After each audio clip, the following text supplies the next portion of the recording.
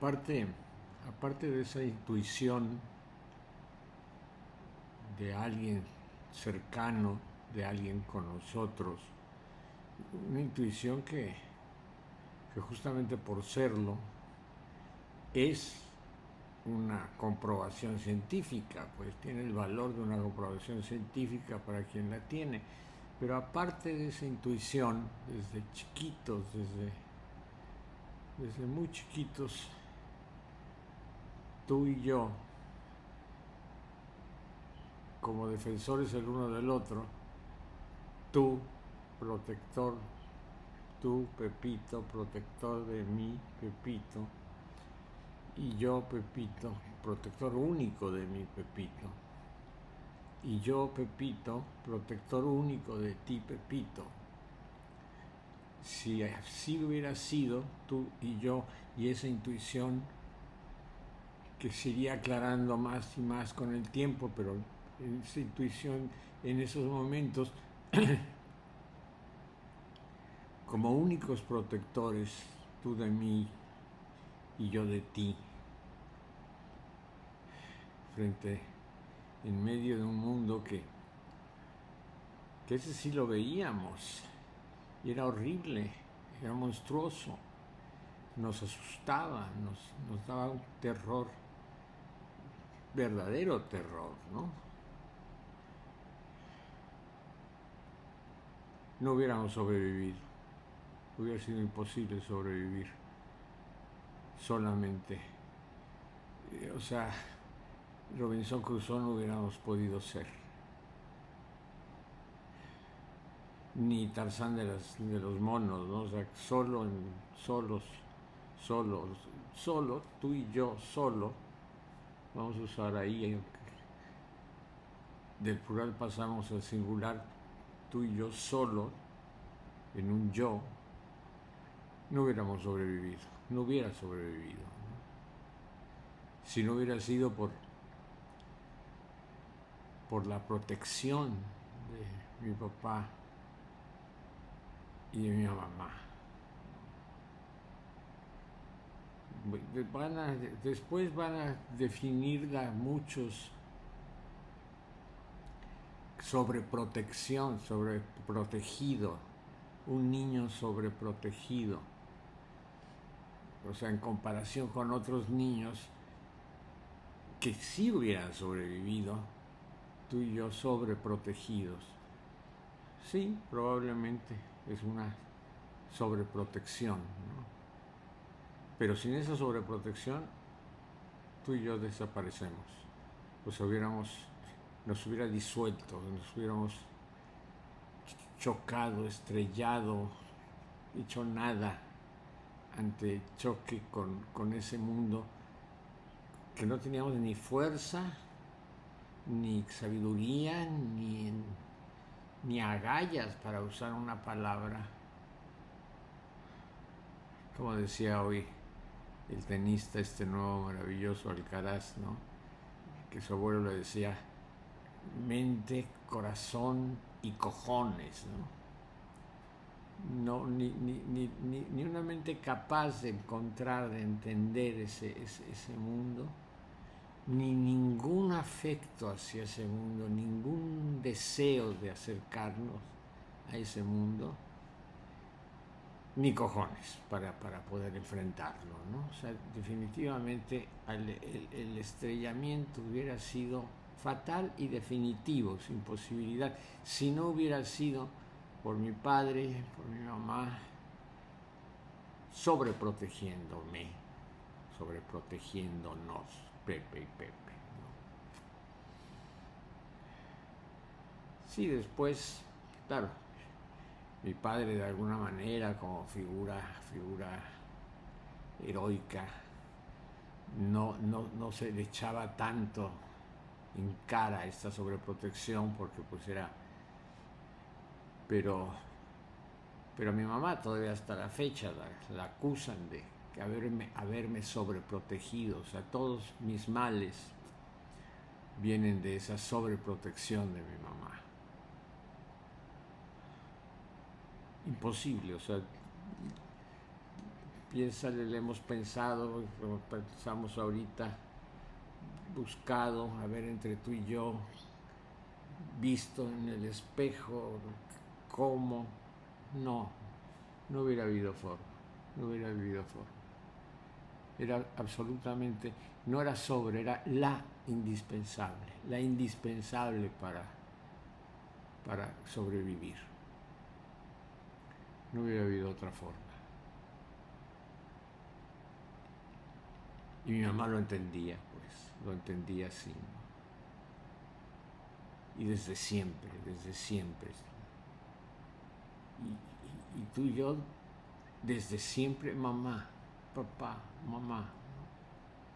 Y mis hermanos, desde luego, sobre todo Juan Luis más protector, Beatriz más compañera, claro, ahí era la conformación de este núcleo familiar feliz internamente, pero en el momento de enfrentar el mundo de afuera, yo creo que los tres incapaces de hacerlo, ¿no?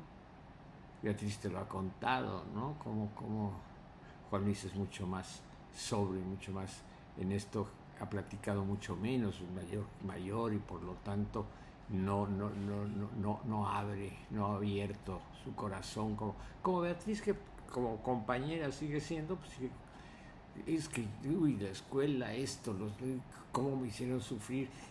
Claro, o sea, sí, nos hicieron, pues, a ti, a mí, clarísimamente, ¿no? Y también,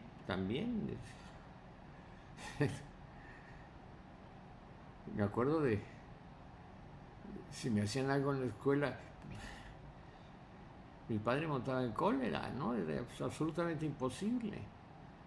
Cuando llegué enfermo, como siempre, con la migraña, como siempre que me asustaba, porque en una de tantos choques en las escuelas, en uno de tantos choques, me pusieron ahí con estos padres de la colonia para que mientras se terminaba el curso de alguna manera sacarlo, creo que era un padre Josefino,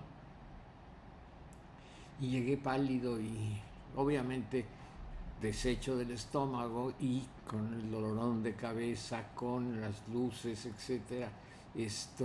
Bueno, no sé si ya claramente las luces, pero esta situación, y cuando cuento qué te pasó, Pepito, qué ocurre, y le cuento a mi padre, es que el viernes el padre nos pone, el sacerdote, nuestro director de la escuela, pone a todos los alumnos en el patio y según la lista de las conductas, de la calificación en conducta de los distintos maestros, tienes que poner tus manitas así y eran los reglazos que te daban, ¿no?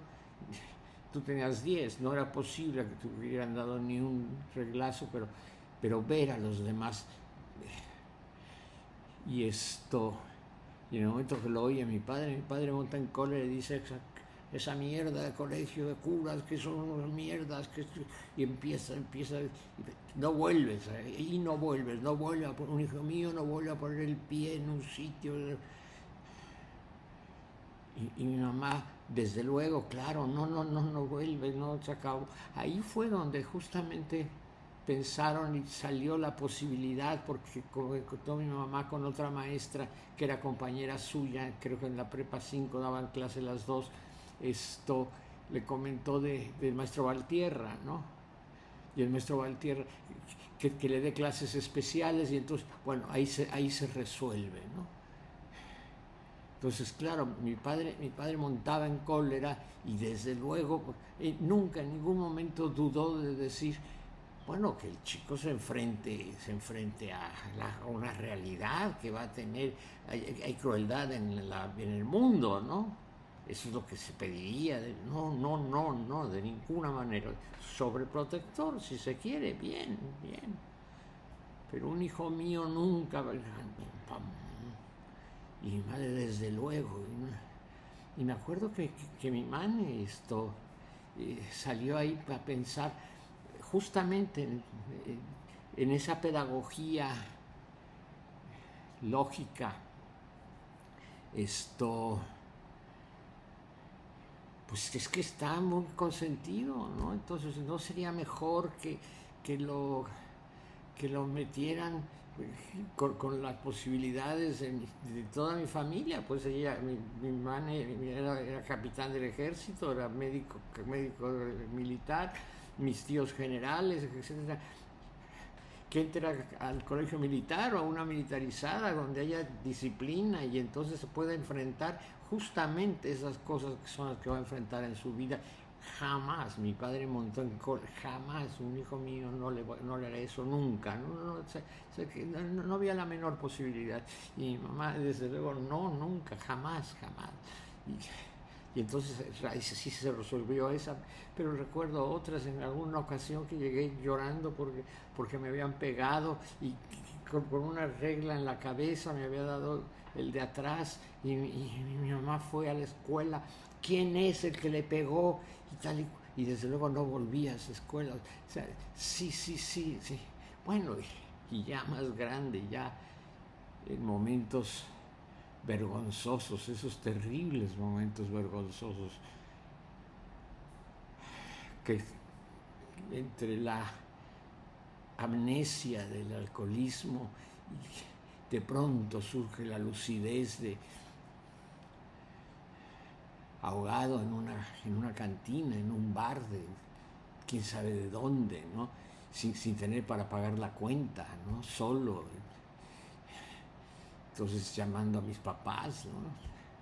Y ahí van los dos viejos, porque ya eran personas mayores, ¿no? Ahí van los dos viejos, con todo lo que eso significa, quién sabe qué horas de la madrugada por el chico para pagar la cuenta y llevarse al borracho veinteañero asqueroso que merecía que lo dejaran solo y lo retacaran en una crujía. Y no, ahí iban y yo regresaba al día siguiente y recordando con una vergüenza inmensa y haciendo, ¿por qué la amnesia es de todo lo demás y esas cosas? Recuerdo, no recuerdo el momento que pedí que por favor hablara por teléfono, que hablara, eso no lo recuerdo el momento en el coche de sentirme ya tranquilo y verlos y entender lo que habían ido ahí, quién sabe qué colonia de, bueno, si eso hubiera sido en el México moderno, ni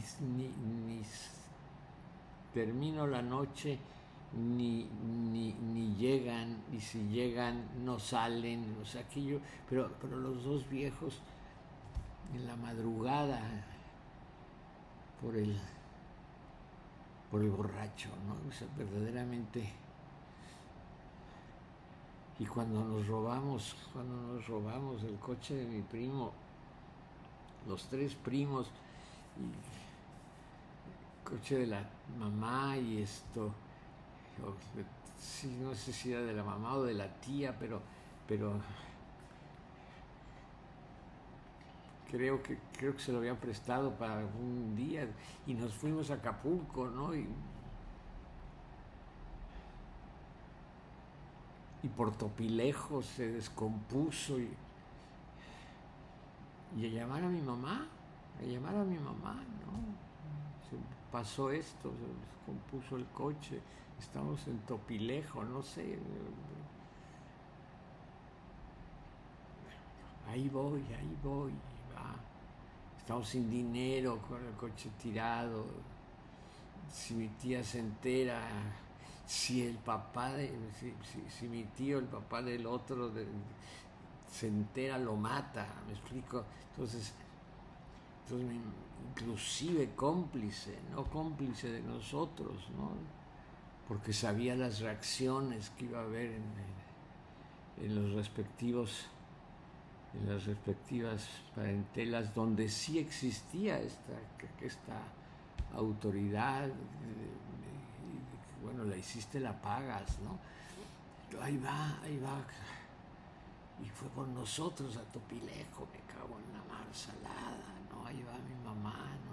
Entonces sí, desde luego, hay una sobreprotección que tienen razón quienes dicen que soy un niño sobreprotegido, consentido, desde luego que lo tienen, ¿no?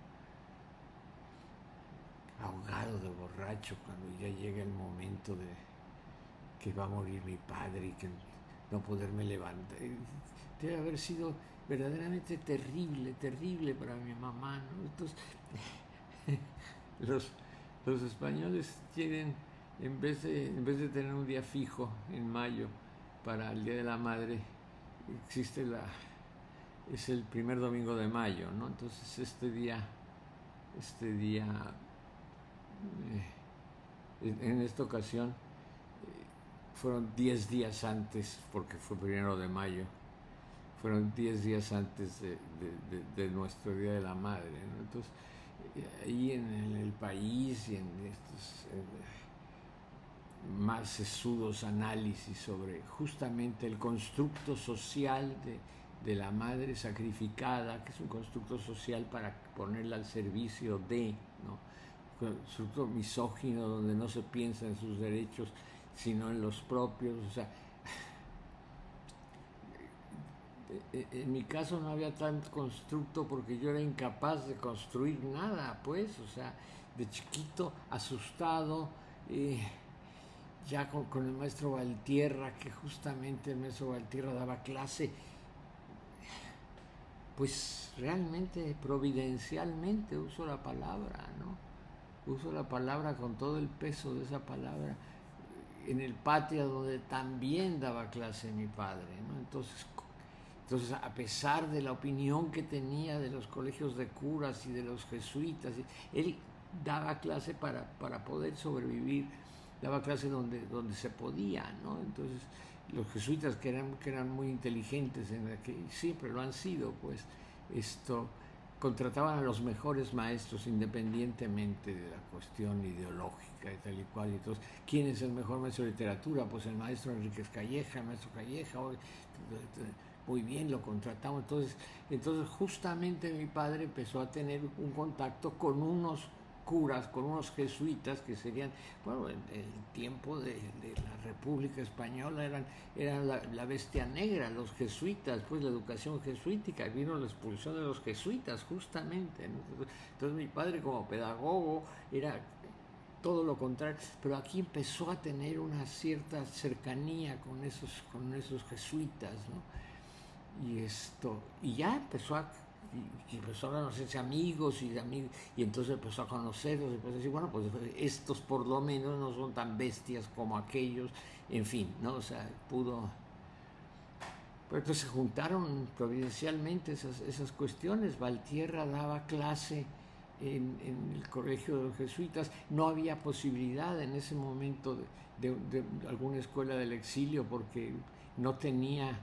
Bueno, no sé si el Madrid, pero pues finalmente en Madrid, por las cuestiones políticas del CERE y la JARE, y si los socialistas, los comunistas, etcétera, donde podía haber estado, que era la Academia Hispano-Mexicana, no había primaria, entonces tenía que haber esperado hasta el bachillerato, ¿no? Entonces, bueno, Valtierra les comenta a mis padres que por qué no me meten al Patria, al colegio de los jesuitas, donde él está dando clase, porque entonces terminando esas clases particulares podía yo pedir mi ingreso al Patria, y entonces siendo él el maestro podía entrar justamente a su grupo, ¿no? Y entonces él se daba cuenta que yo no iba a poder sobrevivir, ¿no? Entonces entra a mi grupo, y además lo difícil que es, porque pues, son colegios particulares, caros, etcétera, independientemente del dinero, porque sí pagaron lo que correspondía, ¿no? Pero el ingreso son una serie de cosas y yo ya estaban, ya los posible ingreso ya estaban aceptados, etcétera, etcétera. Pero entonces él como maestro podía pedir, y además la presencia de mi padre como maestro de la escuela también podía pedir. Entonces todo se prestaba para que me pudieran meter como jesuitas. Entonces ahí se logra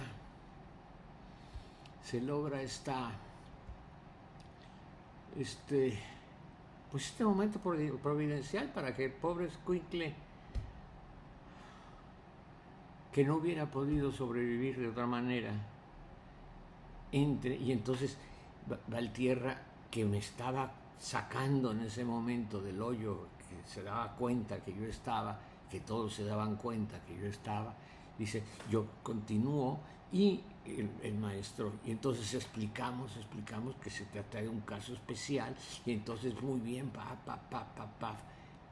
y entré con los jesuitas. Pero bueno, esto es otra cosa, pues estoy pensando en esa sobreprotección de mi mamá, que todos me han echado en cara, ¿no? Bueno, es que tu mamá es superprotectora, entonces es que, bueno, hasta lo gay le echan la culpa. Eso es claro, yo no le echo la culpa a nadie, ni a mi mamá ni a nadie, porque nadie es culpable de eso, pues es así como de los dos ojos, o sea, digo, entonces la sobreprotección provoca, o la manera de protección te hace heterosexual, o te hace que te gusten rubias o morenas, ¿no? Eso es una estupidez, ¿no? Eso, en fin, eso jamás lo vi así, ¿no?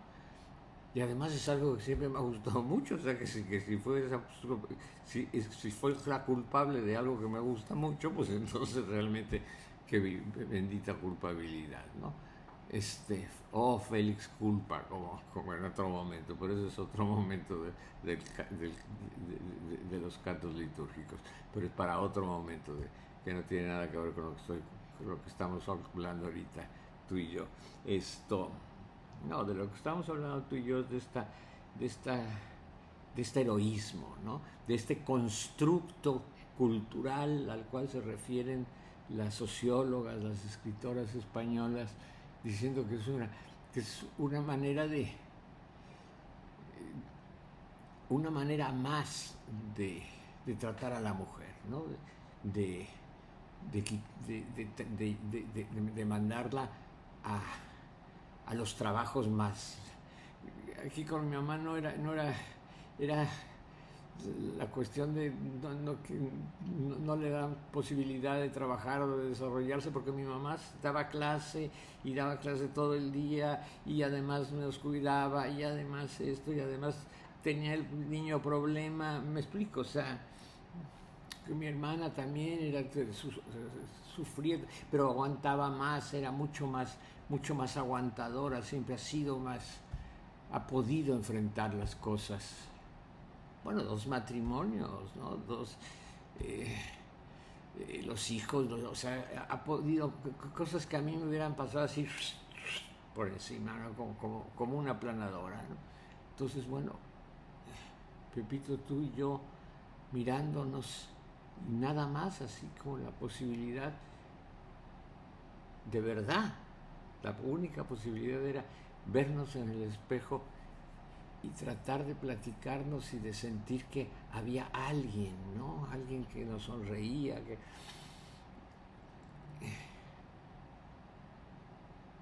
Entonces, ese heroísmo que es el constructo social, en el caso de mi mamá fue triple o cuádruple, o todo lo que se quiera, ¿no? A la 10ª potencia, porque lo hizo todo, ¿no? Para hasta el último momento de sostener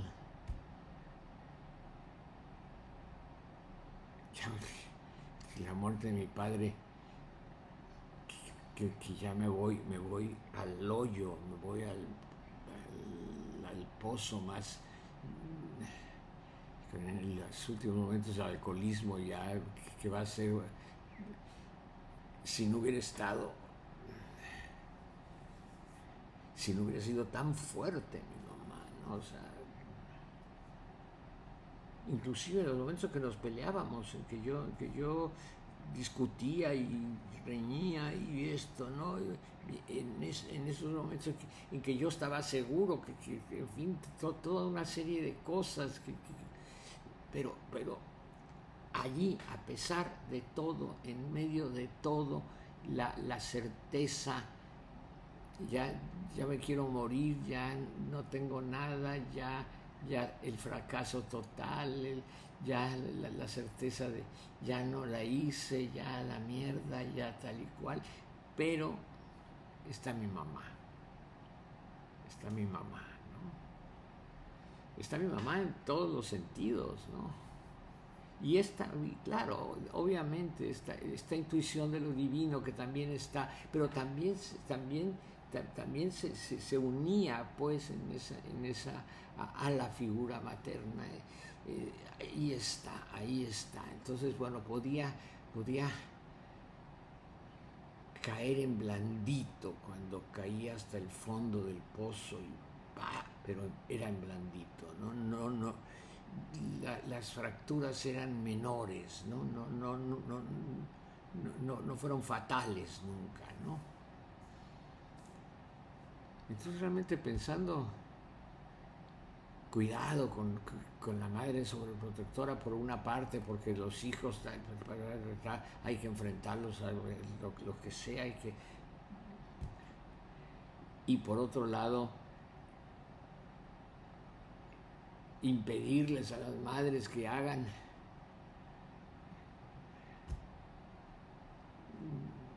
No había alternativa, ¿no? No había alternativa. Es muchísimo más rica la figura y mucho más lamentable en otros momentos, o sea, culturalmente su religiosidad nunca nos entendimos ahí, porque bueno, pues ella obviamente no pasó de Pío XII, ¿no? O sea, su marianismo, ya cuando la discusión teológica, en fin, ahí no había posibilidad, o sea, por ejemplo con mi padre, desde luego la posibilidad de una discusión más de tú a tú, muy interesante, con alguien que sabía muchísimo más que yo en los terrenos literarios, de pensamiento, de una serie de cosas. Mi mamá no era en ese sentido, no era posible plantear que fuera un interlocutor, no, era un sostén absoluto, ¿no? Hasta el último momento, ¿no? Yo creo que hasta hoy, o sea, mi certeza de que los muertos no se van, sino que están ahí ayudándote. O sea, cuando muere mi padre, justamente es el momento en que yo puedo irme al carajo y salgo. O sea, esa certeza de que hay algo, claro, un poder superior, Dios, sí, pero ahí está mi padre. Yo siempre siento que él, y la que está, mi madre, ¿no? Y luego cuando ya muere, todo lo que viene después, etcétera, etcétera, que ya no es, ya soy mucho más hombre, mucho más hecho yo,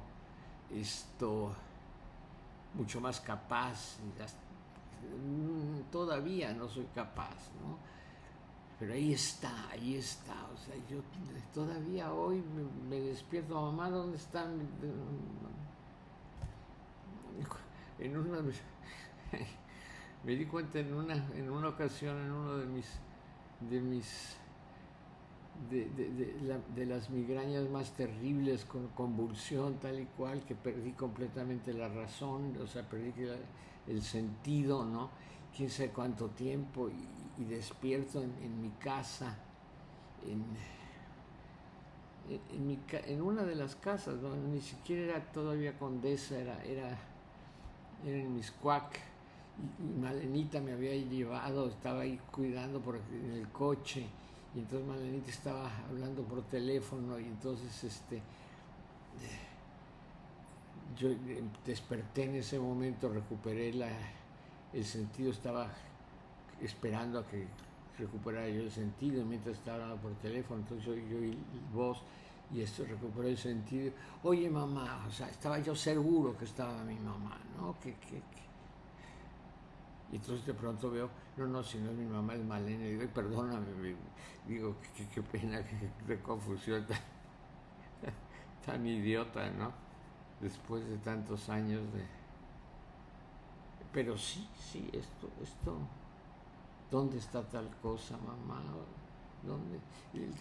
Con la misma frecuencia con que lo que escribo le pido a mi padre que lo vea, como entonces, corrígelo, dame la opinión y ¿qué piensas? Era corrígelo, ¿no? Todavía no están, pero están, ¿no? Entonces ese constructo social, yo no me siento culpable de haberlo hecho porque es al revés. Yo soy un constructo de eso, de ellos. Y también la imagen que yo tengo, pues, de mi padre trabajaba, mi madre trabajaba, los dos trabajaban, nunca vi esto, que el jefe de familia, nunca vi esta relación del jefe de familia, sino llegaba mi padre, hoy pagaron y le daba el dinero a mi madre, todo, y mi mamá nos repartía a nosotros, incluso a él, ¿no? Y en la mañana que nos llevaba a la escuela, mi padre nunca manejó, nunca, decía, me hizo conducir, la mierda. Entonces nunca hizo el menor esfuerzo por manejar o por conducir, como decía él, ¿no? Entonces, mi madre nos repartía a todos por igual, a un hijo en una escuela, los otros, la niña en una escuela, los hombres, los otros, y a mi papá en otra escuela, o sea, entonces no es que viera yo, pero sí de alguna manera, mi mamá era también la madre de mi papá, ¿no? Para mí, en mi imaginario, ¿no? No era el ordeno y mando del padre padrón, del padre patrón, no, de ninguna manera, ¿no? Ni era el estilo de mi padre, ni era la edad, ni era, o sea, entonces llegaba y decía, oye, me duele esto, ¿qué hago? O sea, igual que nosotros, mamá, ¿qué hacemos? Berta, ¿qué hago, no? Entonces realmente siento que ese constructo nos construyó, ella es la constructora, ¿no?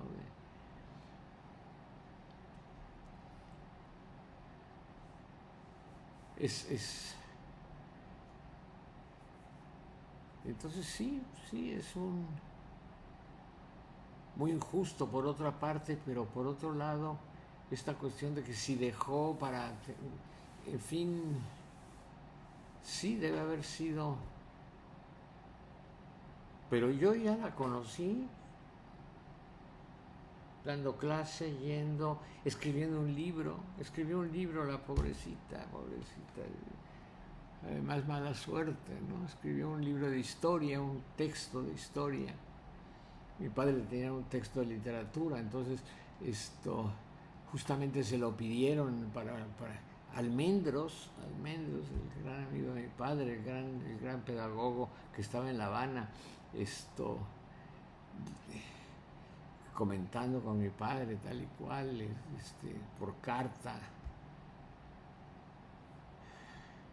Bueno, que tu mujer haga un texto, y entonces para la editorial cultural de La Habana, que es una editorial muy buena, de tal y cual, que está queriendo entrar bueno, ya entraba con el álgebra Baldor y tal y cual, entraba a toda América, en ese editorial, un texto de historia de México, pues, para entrar directamente al mercado.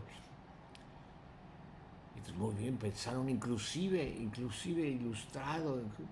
Entonces, mi prima Alicia Leiva, hizo las ilustraciones y entonces estaba perfectamente, todo perfectamente preparado para terminado, firmadas, todo con Cultural de La Habana. Y tiene la mala suerte, mi mamá. Bueno, ya pagado a Alicia, mi prima, pues, ya pagado porque mi madre, lo de mi madre, el contrato era a cuenta de regalías, o sea, iba a haber regalías, ¿no? Entonces la contratación era por tanto de regalías de los libros y podía haber sido igual que el libro de mi padre, que llegaba al final de año y llegaba el cheque de Mateos, o sea, el cheque de la editorial Esfinge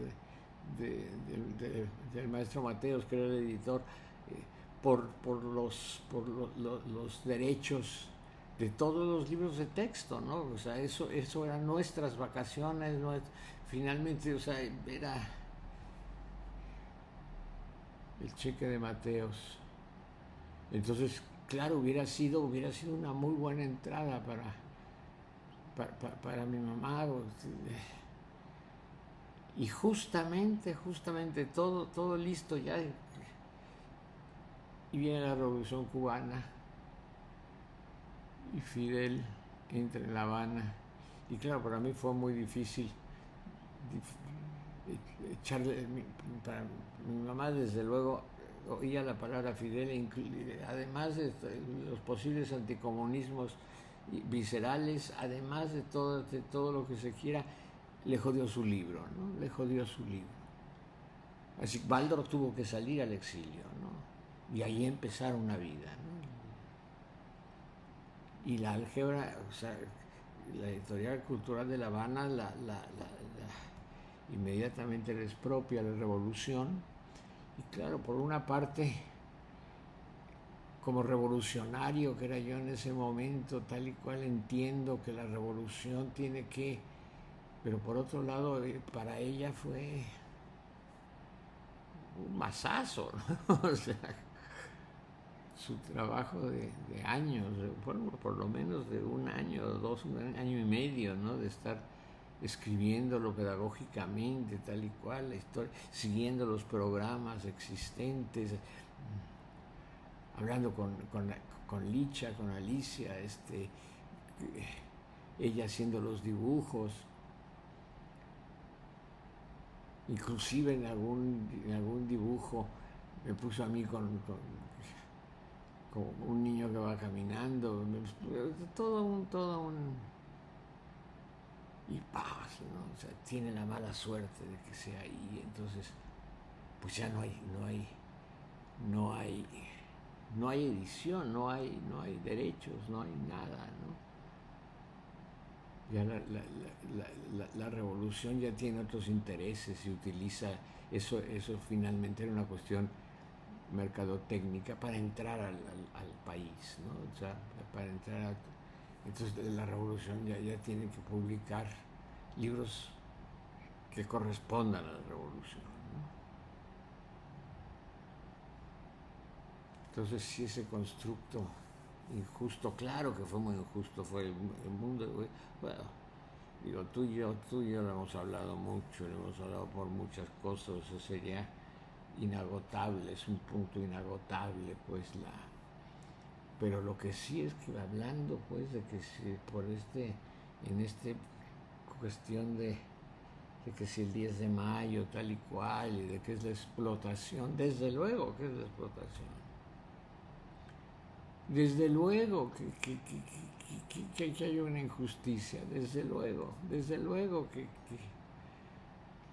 que puedo decir que la exploté, pero desde luego. Y no solo eso, sino que sin ella no sería, o sea, nada, nada, nada, ¿no?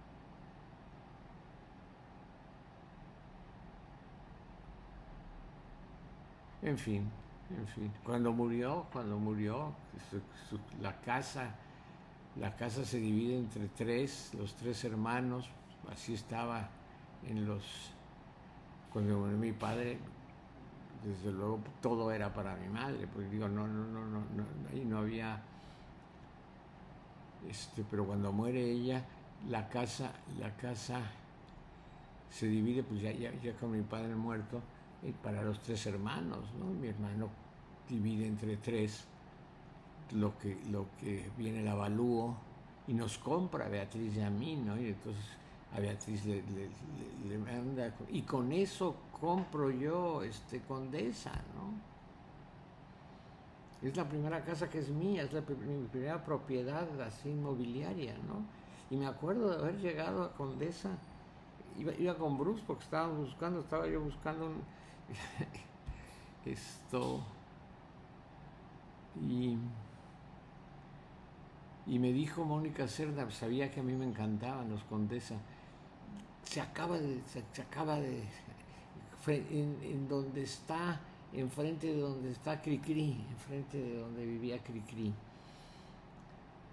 Y yo siempre he querido mucho a Cricri, pues, pero ahí lo quise más porque era así como la referencia, sí, enfrente de donde. Entonces para mí no era la casa de Cricri, pero era la casa contigua a Cricri, ¿no? Entonces para mí siempre hay una, entonces Condesa y Cricri, ¿no? O sea, Francisco Gabilondo Soler, Cricri. Los nietos de Cricri todavía les escribo, les mando saludos por Facebook en sus cumpleaños. Recuerdo con un enorme, como si él hubiera formado parte de un complot, pero el hecho es que llego con lo que me costó mi casa, ¿no? con lo que me dieron de mi casa. Me acuerdo que se hizo el avalúo en ese momento, 1,000,000 de pesos, 333,333. Entonces yo llego y hablamos, eh, Mónica dice, más o menos sobre eso está, entonces llego y pedían un poco más y digo, pues mira,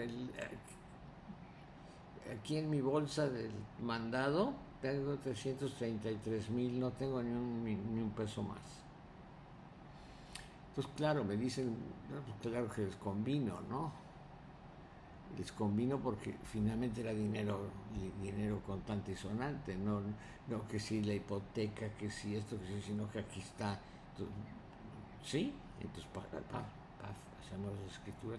Y claro, para mí, lo dijo, mi casa me la compró mi mamá. Y me mantiene esa casa, para que, o sea, todavía la renta es lo que me mantiene. O sea, no es solamente ay, Pepito, no es solamente que si soñamos y somos. No, es absolutamente cierto, prácticamente cierto, económicamente cierto, ¿no? Nos mantiene, nos da de comer, porque si no, seríamos incapaces. Pues finalmente nos da de comer, ¿no?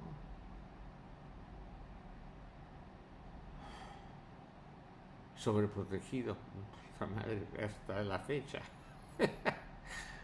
Y si no hubiera esa sobreprotección, incapaz de moverme, ¿no? Incapaz,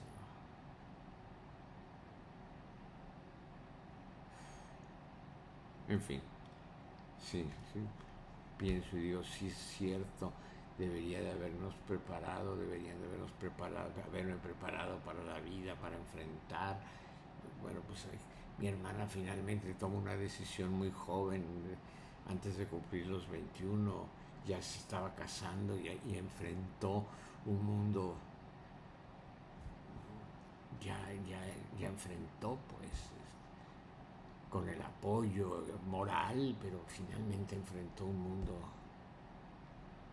muy fuerte, que yo hubiera sido absolutamente incapaz, ¿no?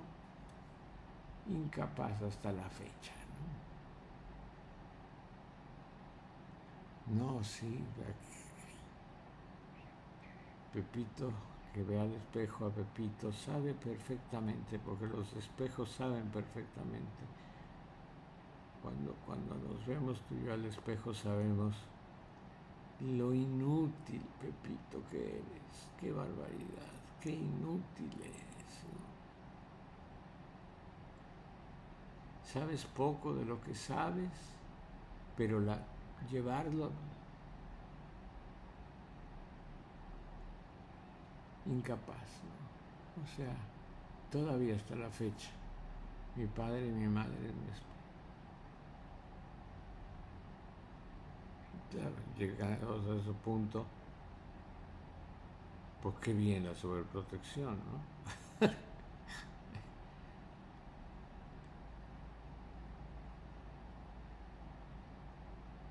No me dieron armas para yo poder, no, probablemente si me dan armas me matan de una puñalada, yo con mi puñal y el otro con el puñal. O sea, no me dieron armas, me dieron un número de teléfono para que fueran por mí, ¿no?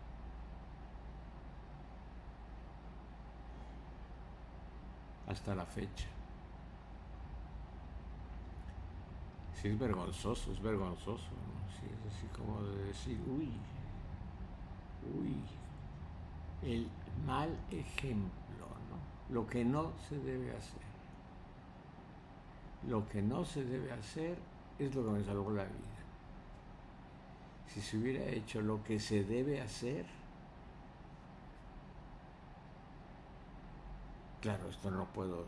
Entonces muchas veces digo yo, pedagogía y ciencias y esto es exacto y así debe ser. No tengo la menor idea de cómo deba ser, ¿no? En eso la casuística, lo que la intuición en un momento dado te permita para ser lo que vas a dar el paso, ¿no? Cada quien con su... porque ahí sí no hay, ahí sí Berzón tiene toda la razón, ¿no? La razón y la ciencia no te dan el conocimiento, ¿no? El conocimiento es intuitivo, ¿no? Entonces eso sí no puede estar escrito en un libro, no puede haber un método, eso el método científico para la pedagogía no es cierto, ¿no? O sea, ay Dios mío, con el Alzheimer se me va en algún... Uno de estos grandes pedagogos, lo citaba mi padre, justamente en esta línea, ¿no? O sea, con otras razones y lo que sea, pero estaba en la misma línea de lo que estoy diciendo ahora, ¿no? Ponía el ejemplo de que le preguntaba, que decía a un maestro de matemáticas, ¿no?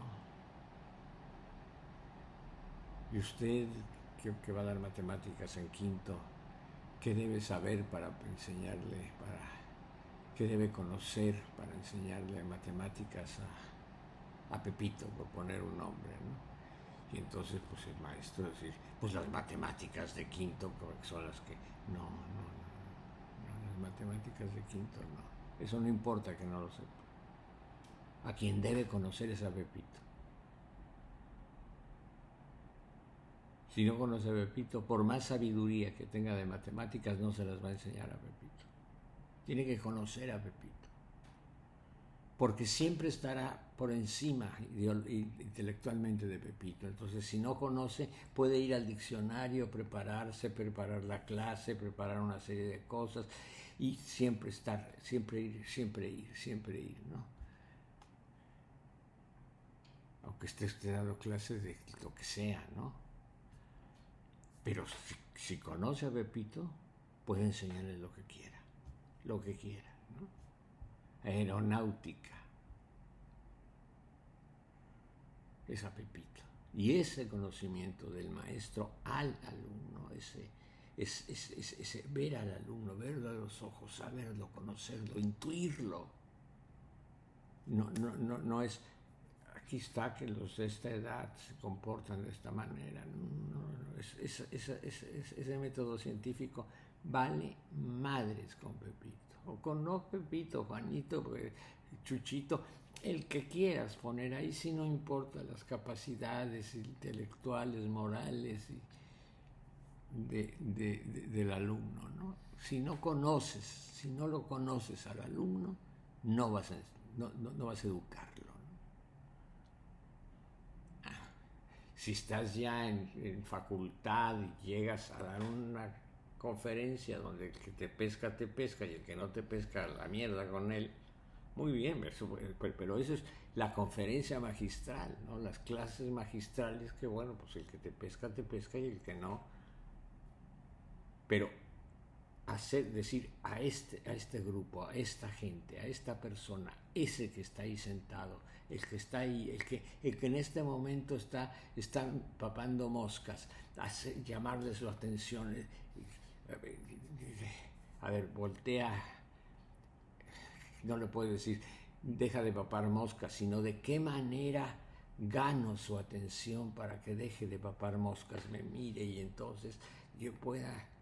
Eso es absolutamente intuitivo, es un saber intuitivo completamente. Y eso es la profundidad del conocimiento, ¿no? Entonces no hay método científico, es intuitivo, ¿no? Sí, no era irracionalista, desde luego, que bien, sí, la ciencia, todo, pero no es lo definitivo, lo definitivo es intuitivo, ¿no? Aquí es donde choca con todo donde lo acusan de metafísico y de mágico. No hay vuelta. Y los que lo entienden, los posteriores, los que se construyen en su escuela, en su manera de pensar, son los que llegan a cosas muy interesantes, ¿no?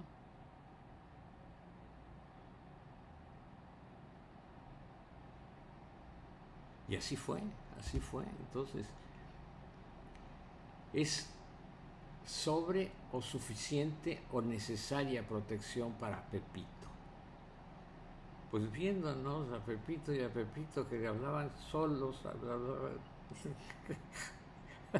este chico, o sea, aplicando métodos científicos, este chico necesita electrochoques para que deje de hablar con el espejo, ¿no?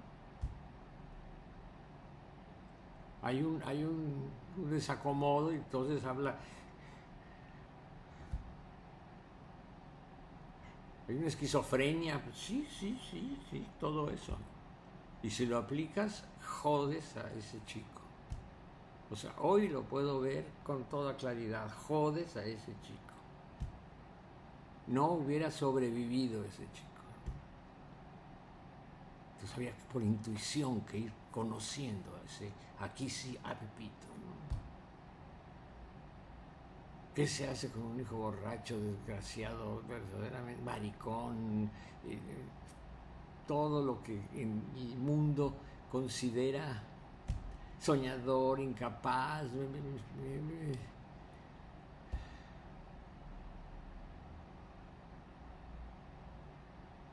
Bueno para nada, inteligente sí, pero bueno para nada, ¿no? La frase es perfecta, bueno para nada, ¿no? ¿Qué hacer con un bueno para nada, ¿no? Es bueno, sí es bueno. ¿Para qué? Para nada. ¿Qué hacer? ¿Cómo ganar su atención? ¿Cómo finalmente construirle?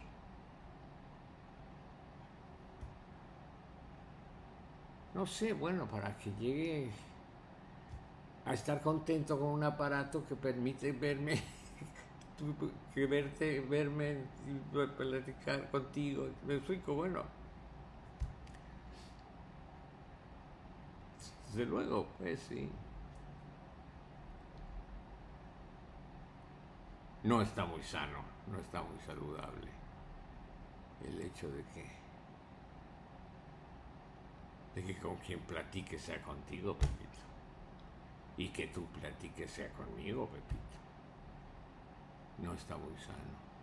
Si lo vemos desde la óptica de la salud que desearían.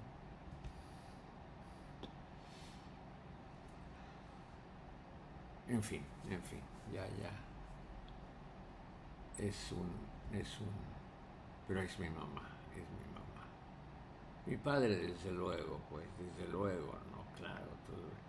Pero inclusive, la lucidez de mi padre para entender a mi mamá, para darle la razón, para sostenerla. Podría ver el padre padrón y llegar, no, este chico tiene que ser ese padre, cabeza de familia, el que diga a un colegio militar para... No, ve a mi hijo, un hijo mío que enfrenta y un hijo mío no enfrenta, un hijo mío no va ahí.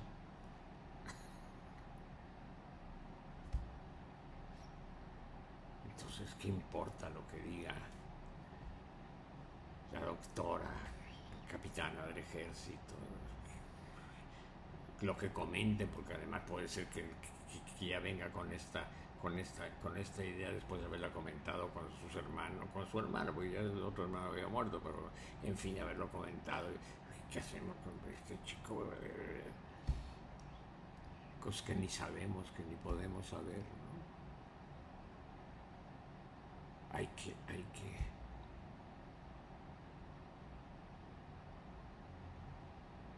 yo creo que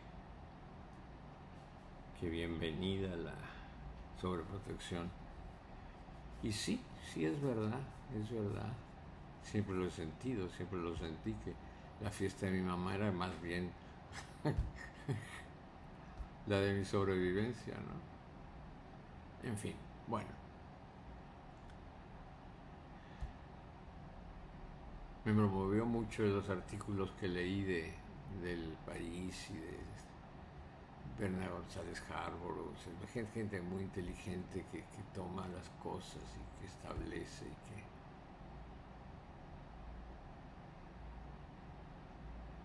Así es. Bueno, y ahora sí ya creo que ya son horas de hacer otras cosas. Pepito. Nos vamos a ver muy pronto porque no podemos vivir el uno sin el otro.